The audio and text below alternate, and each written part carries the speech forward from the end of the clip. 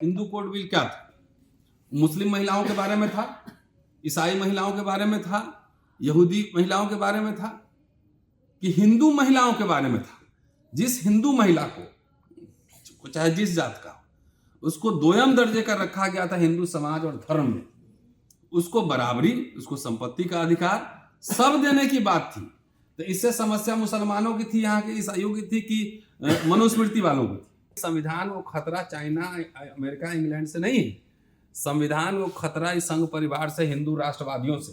बाबा साहब जब मनुस्मृति जला रहे थे तो उस समय हिंदू थे कि बौद्ध थे? कह रहे हैं कि इतना नाम भगवान का लेते स्वर्ग मिल जाता, तो उसका अपोजिट बात क्या है? इतना नाम अम्बेडकर के लिए तो क्या नरक मिल जाए?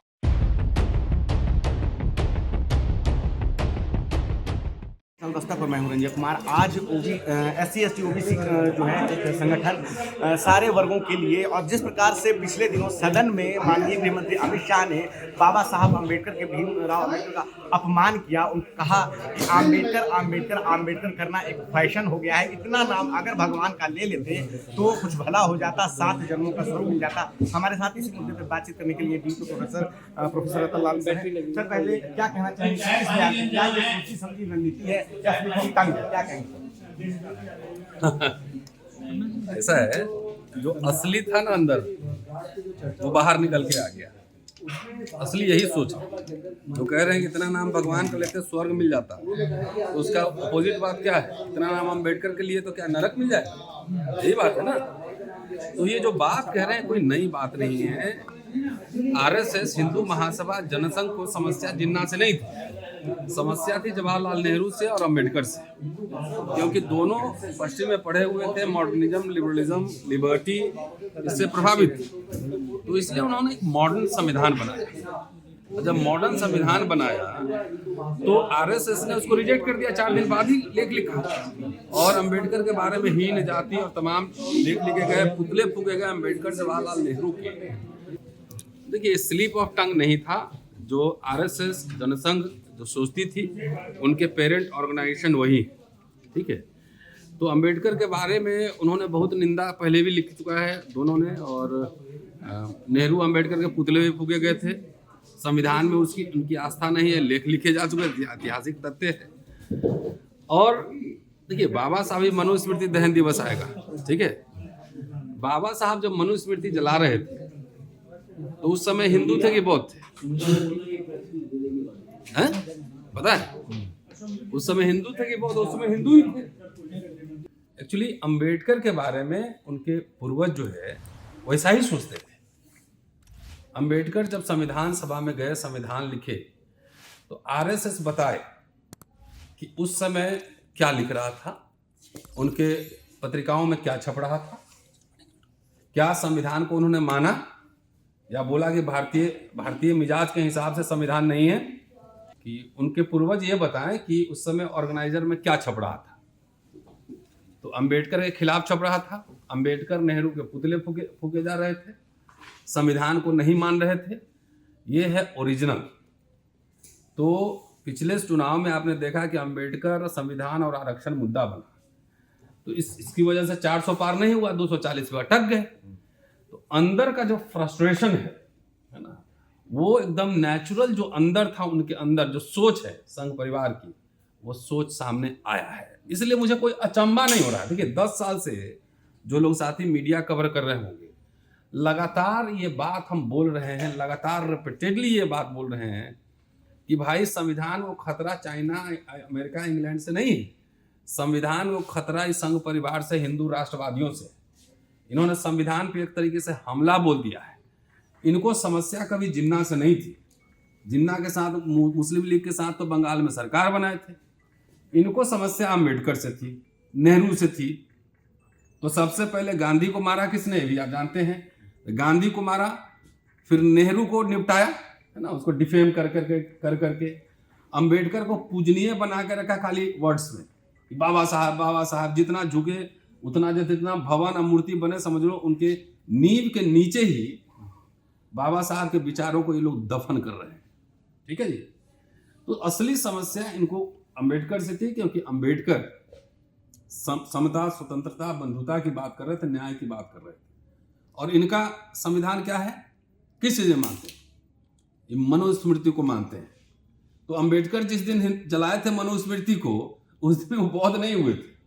वो 35 में बोले थे कि यवला में कि हम हिंदू पैदा हुए हैं लेकिन हिंदू मरेंगे नहीं। 56 में जाके बौद्ध धर्म स्वीकार किए। इसका मतलब जो मनुस्मृति जलाए उस समय हिंदू थे।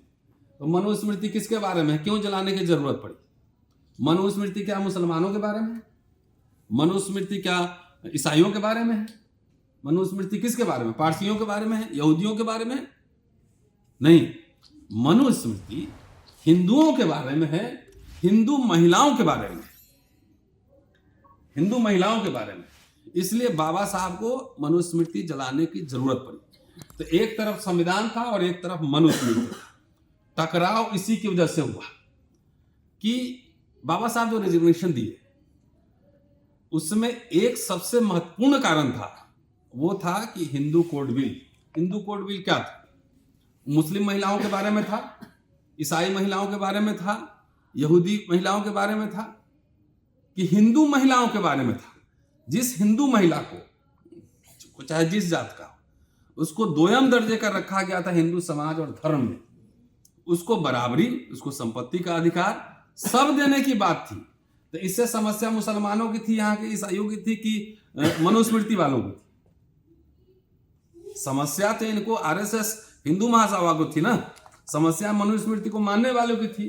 तो अमित शाह ने जो बात कही है वो बात वो नेचुरल अभिव्यक्ति है, उनकी जो वैचारिक विरासत है उसकी नेचुरल अभिव्यक्ति है। और ये लड़ाई वैचारिक नैतिक लड़ाई है, ये पॉलिटिकल लड़ाई है। अब वो माफी मांगे, शैक करें, लेकिन देश भर में प्रोटेस्ट चलेगा। और दलित समाज खास तौर से, वैसे तो देखिए एक तो बनारस में बच्चा को मार दिया गया, बनारस का ही है ना, तो वो तो दलित नहीं था। ये लड़ाई जो जवाहरलाल नेहरू के समय लड़ाई थी, संविधान सभा में इन लोगों की हैसियत नहीं थी विरोध करने की, तो बाहर विरोध कर रहे थे। तो जो लड़ाई जवाहरलाल नेहरू, संविधान सभा, अंबेडकर उस समय लड़ रहे थे मनुस्मृति वालों से, वो लड़ाई देश के सामने पुनः सामने आ गई है कि जो संविधान को मानते हैं एक तरफ होंगे, जो संविधान को नहीं मानते हैं वो मनुस्मृति वाले खेमे में रहेंगे, उसमें दलित, शूद्र, अतिशूद्र भी हो सकते हैं। और इधर संविधान को मानने वाले में वो ब्राह्मण, मुस्लिम, सब कोई हो सकते हैं। तो ये वैचारिक लड़ाई है। और इसलिए अभी मैंने कहा कि जितने दलित सांसद हैं उस खेमे में उनकी भी भर्त्सना होनी चाहिए। अगर बाबा साहब नहीं होते तो शायद संसद में नहीं होते, कहीं कुछ और करते रहते। ठीक है साहब जी। कुछ तो टीवी एंकर हैं सर जो मनुस्मृति का समर्थन कर रहे हैं, महिला हैं वो, देखिए सर। सवाल है कि उन्होंने मनुस्मृति पढ़ा थोड़ी है, समर्थन करने के लिए पैसे मिलते होंगे, है ना, सैलरी मिलता होगा। उन्होंने मनुस्मृति पढ़ते तो उसमें जो प्रावधान है, एक बार है मनुस्मृति एक बार लागू हो ही जाए सब अक्षरशः, उसके बाद देखते हैं उनका स्थान कहाँ होता है, ये भी तो देखा जाएगा। सर आप कह रहे हैं कि स्लिप ऑफ टंग नहीं है, सोची समझी रणनीति है, क्या मंशा लगती है? सोची समझी रणनीति नहीं है, नेचुरल जो अंदर था ना, ये लोग घर के अंदर बात करते होंगे ना, है ना, अपने अपने मीटिंग में बात करते होंगे, तो यही सब बात करते होंगे। भाई आप जो बाहर बोलते हैं, जो घर में जिस तरह का व्यवहार करते हैं उसी तरह का बाहर करते हैं। अचानक ओवरनाइट बदलते तो नहीं है। तो अपने अंदर संगठन में जिस तरह का आचार व्यवहार आचरण रखते होंगे उसकी नेचुरल अभिव्यक्ति है, ये मैंने कहा। गृह मंत्री इतने डर गए हैं, उन्होंने सफाई भी दे दिया आकर मीडिया पर, और क्या चाहते हैं? तो सामने वो अवेलेबल है, उसमें संसद टीवी में अवेलेबल है, पार्लियामेंट के प्रोसीडिंग्स हट गया है क्या, वहां भी अवेलेबल है। आप बात कर रहे हैं, उसका स्पष्टीकरण आ रहा है कि आप अटैक कर रहे हैं कांग्रेस पे खाली, नहीं कि जवाहरलाल नेहरू ने कुछ नहीं किया, आपने भारत रत्न नहीं दिया, आपने पीएम नहीं बनाया, हमने वो नहीं किया, स्मारक नहीं बनवाया।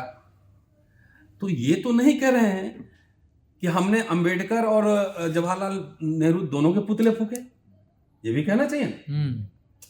भाई अंबेडकर एक पॉलिटिकल पार्टी चलाते थे, एक पॉलिटिकल एक्टिविस्ट थे, जवाहरलाल नेहरू लीडर थे, वो भी पार्टी में थे, कांग्रेस के थे, दोनों में वैचारिक मतभेद थे, लेकिन दोनों एक कैबिनेट में काम भी कर रहे थे। तो रोज क्या जवाहरलाल नेहरू से झगड़ा करते थे, ये हेलो भी करते होंगे, साथ में खाना भी खाते होंगे, चाय भी पीते होंगे, उसी कैबिनेट में वो मिनिस्टर रहे कि नहीं रहे। जब रिजाइन दिए तो सबसे बड़ा कारण क्या था, हिंदू कोड में आरएसएस हिंदू महासभा विरोध कर रहा था, ये आरएसएस के दबाव में रेजिग्नेशन हुआ क्योंकि जवाहरलाल नेहरू अनकंफर्टेबल हो गए थे, उनको देश चलाना है और एक देश विभिन्न तरह के लोगों का संगठन है। ठीक है, तो जितना स्पष्टीकरण दिए हैं, एक बार बताइए, जितना आप बेच रहे हैं, जितने संस्थाओं को बर्बाद कर रहे हैं, वो बना कब? भाई मेरी बला से कोई प्रधानमंत्री बने या न बने, एजेंडा क्या सेट कर रहा है ये हमारे लिए इंपॉर्टेंट है ना। 56 में बाबा साहब का परिनिर्वाण हो गया, तो इतने पब्लिक इंस्टीट्यूशन कैसे कैसे बन गए, आरक्षण लागू कैसे हो गया, बैंक का नेशनलाइजेशन कैसे हो गया, पीएससी कैसे बन गए, स्कूल कॉलेज यूनिवर्सिटी में फ्रीशिप कैसे हो गया, वजीफा कैसे मिलना शुरू हुआ, फ्री में एजुकेशन कैसे मिलना शुरू हुआ, ये नहीं बताएंगे। इनसे पूछिए कि 10 साल में आपने कितने वजीफा दिए, कितने विश्वविद्यालय खोले, कितने पीएसयू खोले, कितने बैंक को नेशनलाइज किया, ये बताएं। दलितों के लिए आपने बाबा साहब का नाम तो ले रहे हो, स्कॉलरशिप विदेश का कितना दिया, वजीफा कितना दिया, ये सवाल तो उलट के पूछो। भाई नेहरू अम्बेडकर में झगड़ा था मान लिया, लेकिन बाबा साहब के बाद उस नेहरूवियन एरा में काम ये सब तो हुए ना, जहां के दलितों को भी स्पेस मिला कि नहीं मिला। आपके पिताजी, आप दलित होंगे तो आपके पिताजी भी नौकरी किए होंगे, तो ऐसी 3-3 नौकरी मिला होगा। सर आप संविधान और मनुस्मृति की बात कर रहे हैं, लेकिन जीतन राम मांझी जो हैं वो उस तरफ खड़े हैं, कैसे? पहले मैं बोल चुका हूँ, ये सब तनखैया लोग अधिया पे ढेला ढोता है, समझ गए। बिहार जाइएगा तो अधिया पे ढेला ढोना एक बहुत कहावत है। तो इनका जो है क्या कहा जाए,